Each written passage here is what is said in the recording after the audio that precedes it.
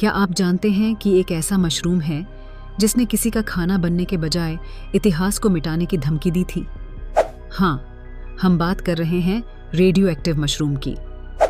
यह कोई साधारण कहानी नहीं है, बल्कि एक ऐसा किस्सा है जिसने विज्ञान, राजनीति और मानवता को झकझोर दिया। द्वितीय विश्व युद्ध के बाद जब परमाणु परीक्षण अपने चरम पर था, तो इंसानों ने कभी नहीं सोचा था कि उनका यह प्रयोग प्रकृति पर ऐसा प्रभाव डालेगा। 1950 और 1970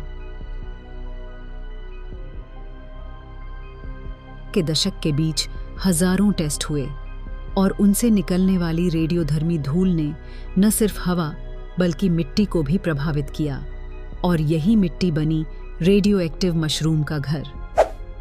साइबेरिया के घने जंगलों में वैज्ञानिकों ने पाया कि वहां उगने वाले मशरूम की प्रजातियां परमाणु रेडिएशन को अवशोषित कर रही थीं। यह अविश्वसनीय लग सकता है, लेकिन यह सच है। ये मशरूम खत्म नहीं हुए, बल्कि वे रेडियोधर्मी तत्वों के साथ जिंदा रहे। यह कैसे संभव हुआ? शोधकर्ताओं ने पाया कि इन मशरूम में एक विशेष प्रकार का एंजाइम है जिसे वैज्ञानिक माइक्रोरेमिडिएशन कहते हैं। यह एंजाइम रेडियोधर्मी तत्वों को अपने अंदर समा लेता है, उन्हें स्थिर करता है और पर्यावरण में फैलने से रोकता है। साधारण शब्दों में यह मशरूम रेडिएशन के खतरनाक प्रभाव को कम करता है और प्रकृति की रक्षा करता है। लेकिन कहानी यहीं खत्म नहीं होती।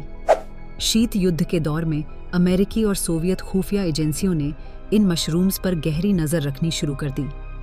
माना जाता है कि इन मशरूम्स की क्षमता को एक जैविक हथियार के रूप में इस्तेमाल करने की भी संभावना देखी गई। आप सोच रहे होंगे कि इन मशरूम्स का उपयोग आज के समय में कैसे हो सकता है।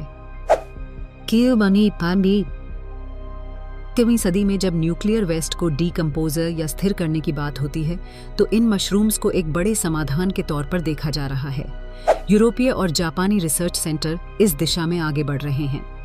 इंसानी दिमाग ने भले ही परमाणु बम बनाए, लेकिन प्रकृति ने मशरूम जैसे युद्ध के सिपाही तैयार कर दिए। यह हमें सिखाता है कि जब मानव गलतियां करता है, प्रकृति उन्हें ठीक करने का प्रयास करती है। यह कहानी न सिर्फ ध्यान देने लायक है, बल्कि यह भी याद दिलाती है कि प्रकृति का हर हिस्सा एक बड़े उद्देश्य के लिए काम करता है। तो अगली बार जब आप मशरूम देखें, इसे सिर्फ अपने खाने की प्लेट का हिस्सा नहीं, बल्कि इतिहास और विज्ञान के एक अद्भुत करिश्मे के रूप में देखें। फैसिनेटिंग हिस्ट्री सीरीज के अगले एपिसोड का इंतजार कीजिए, और तब तक प्रकृति के इस चमत्कार को अपने दोस्तों के साथ